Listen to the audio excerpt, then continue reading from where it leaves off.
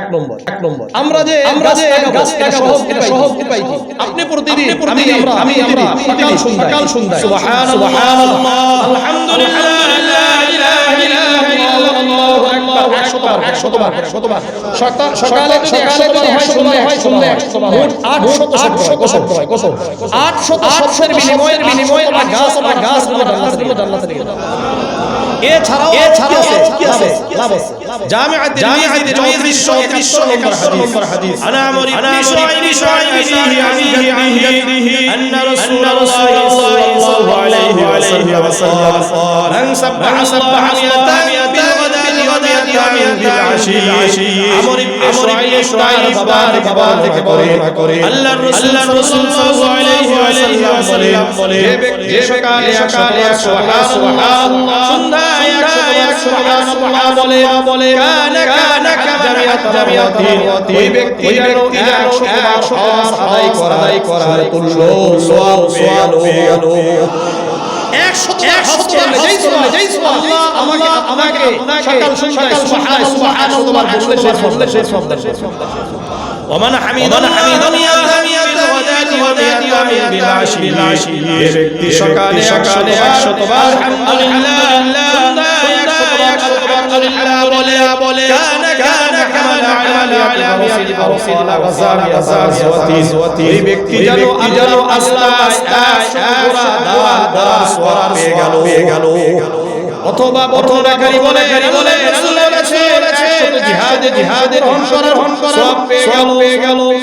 Oman হাল যে ব্যক্তি সকালে 100 লা ইলাহা ইল্লাল্লাহ সন্ধ্যায় 100 লা ইলাহা ইল্লাল্লাহ বলে কানা কামিয়াতাম মিন ওয়ালাদিন আলাইহি সালাম ওই ব্যক্তি যেন ইসমাঈল আলাইহিস সালামের বংশধরদের মধ্যে যারা গোলাম হয়ে গেছে এরকম 100 গোলাম আযাদ করার সওয়াব পেয়ে গেল। ومن كبر الله بالعشي যে ব্যক্তি সকালে 100 বার আল্লাহু আকবার সন্ধ্যায় 100 বার আল্লাহু আকবার বলে লাম ইয়ালিকা আহাদুন বিমা আতা ওই দিনে থেকে অধিক অধিকারী আর কেউ হতে পারবে না। সকালে 100 বার তার মতো যদি আপনি আমলকারী হতে চান আমাকেও 100 বার সকালে 100 বার সন্ধ্যায় আল্লাহু আকবার আর যদি তার থেকে বেশি হতে চান আউজাদ তার থেকে বেশি বলতে হবে তার থেকে কি করতে হবে বেশি বলতে তাহলে আপনাদের কাছে আজকে আমল সকাল সন্ধ্যায় সুবহানাল্লাহ আলহামদুলিল্লাহ লা ইলাহা ইল্লাল্লাহ আল্লাহু আকবার কতবার 100 বার এটা কিন্তু সহজ কিভাবে জানেন আপনি যখন এক জায়গাতে একসাথে বলবেন তাহলে সহজ বেশি সুবহানাল্লাহ লা ইলাহা ইল্লাল্লাহ আল্লাহু আকবার সুবহানাল্লাহ আলহামদুলিল্লাহ লা ইলাহা ইল্লাল্লাহ আল্লাহু আকবার একসাথে চারটা শব্দ 100 হয়ে যায়। এটা সহজ না এটা সহজ। দ্বিতীয় নাম্বার আমল আমরা যারা দুটি অভ্যাস করে নিতে পারো রাসূল বলেন তারা জান্নাত। কয়টা অভ্যাস? দুটি অভ্যাস। জামিআত তিরমিজি 410 নম্বর হাদিস আন নবী হুরায়রা রাদিয়াল্লাহু তাআলা আনহু قال النبي صلى الله عليه وسلم خصلتان لا يحصيهما رجل إلا الله الرسول বিখ্যাত সাহাবী আবু হুরায়রা ইবনে শুবা রাদিয়াল্লাহু তাআলা বর্ণনা করেন আল্লাহর রাসূল সাল্লাল্লাহু আলাইহি ওয়াসাল্লাম বলে এই মুসলমান ভাস নিতে পরিহার্য করে নিবে ওইটি অভ্যাস পরিহার্য করে নিবে ওই জান্নাতি। দুটি অভ্যাস কি ইউসাব্বিহুল্লাহু ফি কুল্লি সালাতিন 10 ওয়া ইয়াহমাদুহু 10 ওয়া ইউকাব্বিরুহু 10 এক নম্বর অভ্যাসের যে আমরা যে পাঁচ করি এই পাঁচ নামাজের সালাম পড়ার পরে 10 বার সুবহানাল্লাহ 10 বার আলহামদুলিল্লাহ আল্লাহু আকবার বলা। এক নম্বর কি বলেন? অভ্যাস 5 ওয়াক্ত নামাজের পরে 10 বার সুবহানাল্লাহ 10 বার আলহামদুলিল্লাহ আল্লাহু আকবার। দ্বিতীয় নাম্বার অভ্যাস ইউসাব্বিহুল্লাহ ইন্না মানামিহি সালাসালাসিন ঘুমানোর পূর্বে সুবহানাল্লাহ 33 বার আলহামদুলিল্লাহ আল্লাহু আকবার। অভ্যাসটা করলেন দেখেন এখানে যে আপনি 10 বার করে বলতেছে একটা তো আসলে আপনি জান্নাতি হবে না আবার এগুলোর বিনিময়ে কিন্তু জান্নাতে আবার কি লাগতেছে গাছও লাগতেছে তাই না তাহলে কত বেশি ফজিলত এই আমলগুলো বুঝাচ্ছে 2 নম্বর আমল সহিহ মুসলিমের 1240 নম্বর হাদিস আন নবী হুরায়রা রাদিয়াল্লাহু তাআলা আনহু قال رسول الله صلى الله عليه وسلم من سبح الله لصلاه ابو هريره رضي الله تعالى عنه করেন আল্লাহর রাসূল সাল্লাল্লাহু আলাইহি ওয়াসাল্লাম বলে যে ব্যক্তি নামাজের পরে 33 বার সুবহানাল্লাহ এটা কিন্তু আলাদা আমল 33 বার সুবহানাল্লাহ ওয়া হামিদাল্লাহ সালাসালাসিন 33 বার আলহামদুলিল্লাহ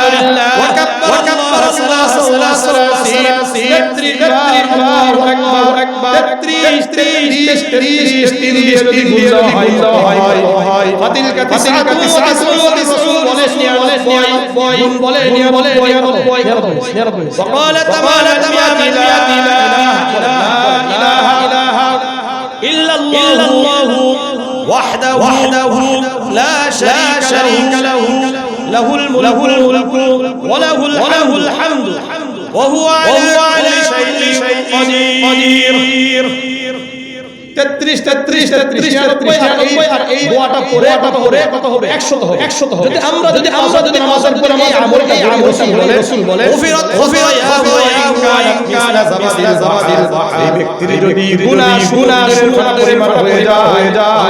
আল্লাহ করে দিবেন 3 নম্বর আমল صحيح بخاري 65 নম্বর হাদিস عن نبي هريرة رضي الله تعالى عنه قال رسول الله صلى الله عليه وسلم من قال سبحان الله وبحمده اليوم 100 مرة أبو هريرة رضي الله تعالى عنه করে আল্লাহর রাসূল সাল্লাল্লাহু আলাইহি ওয়াসাল্লাম বলে যে ব্যক্তি দিনে 100 বার সুবহানাল্লাহি ওয়া বিহামদিহি বলবে কি বলবে আবার বলেন কতবার হুদ্দাত খতায়া কানাত মিসলা জাবাদিল বাহর ব্যক্তি গুনাহ ফানা পরিমাণ হয়ে যায় আল্লাহ করে দিবেন তাহলে আপনাদের কিন্তু আমি আজকে আমল দিলাম এটা যদি আগামী কাল থেকে আমাদের শুরু করে আমি মনে করি আমার ওখান থেকে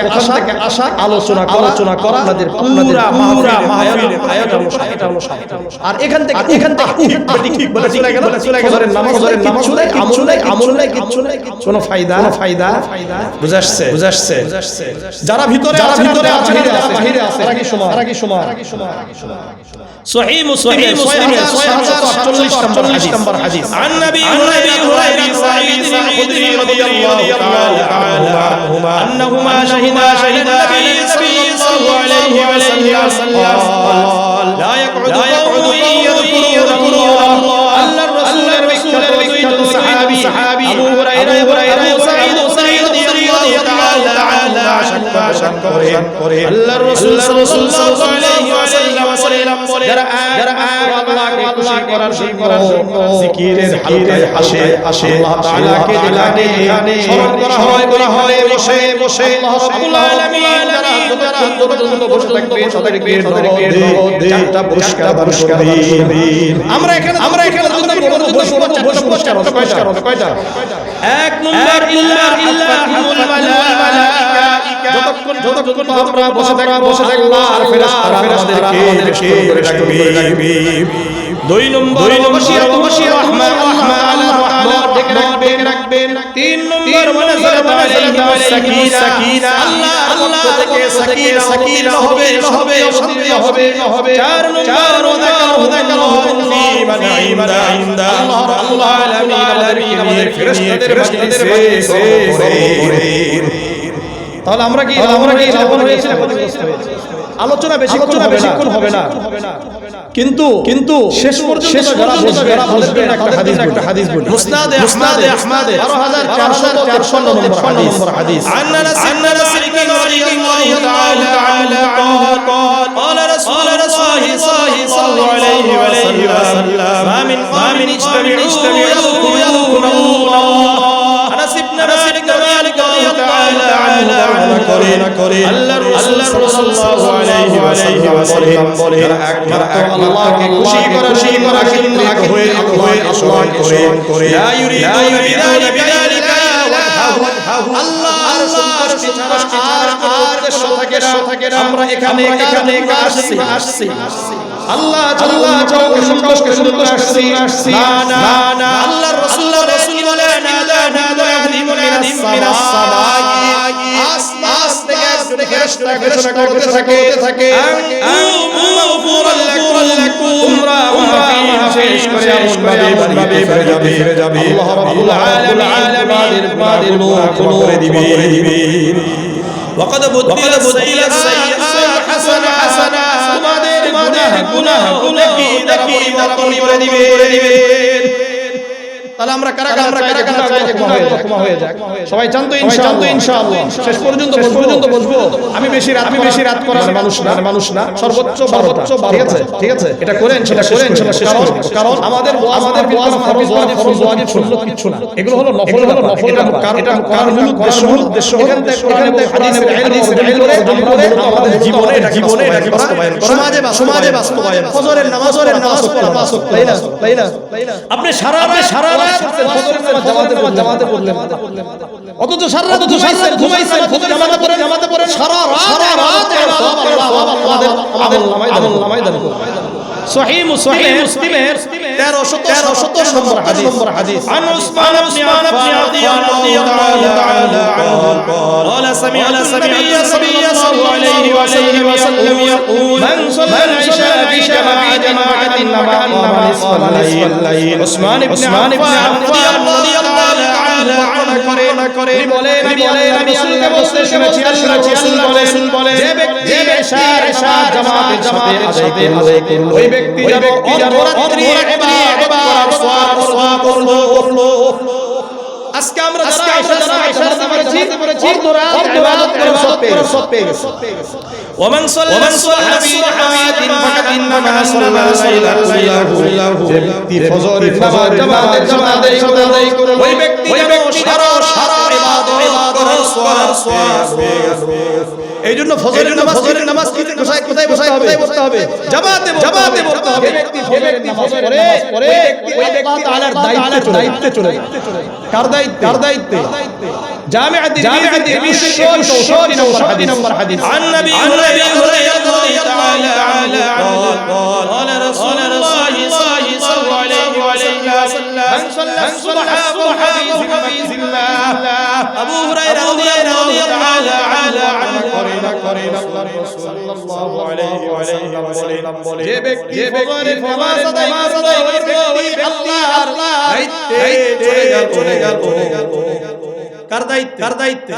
ফালা ইতবিআন্নাবি আল্লাহু বিশাইইন ফি হিম্মাতিহি বলেন যে আল্লাহর জিম্মাদারি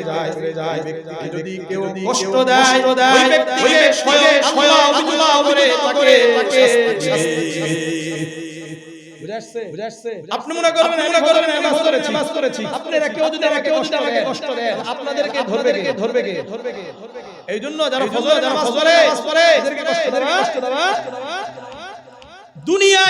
এবং যা আছে সমস্ত কিছু থেকে ফজরের দুই রাকাত নামাজ আল্লাহর কাছে অধিক প্রিয় صحيح مسلم 27 নম্বর হাদিস انا عائشة رضي الله عنها قال النبي صلى الله عليه وسلم ركعت الفجر خير من وما فيها عائشة رضي الله تعالى عنها الله الرسول صلى الله عليه وسلم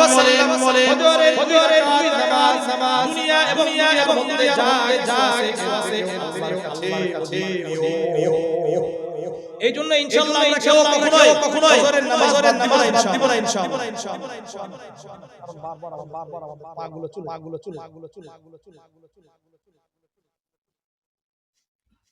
বুঝতে পারছেন বিষয়টা মানে আমাদের তো অনেক কোথায় লাগে হ্যাঁ মানে অজান্তেই লেগে যায় আমাদেরকে হেফাজত আল্লাহ আমাকে মাফ করে আল্লাহ অন্য যদি কারো হয়ে থাকে তাদেরকে আল্লাহ মাফ করে তাহলে ফজরের নামাজ ইনশাআল্লাহ আসেন আপনাদের কাছে বলি রমাদান নিয়ে আলোচনা করব না শবে বরাতে আলোচনা করব কোনটা বলেন দুটো একসাথে কি রমাদান নিয়ে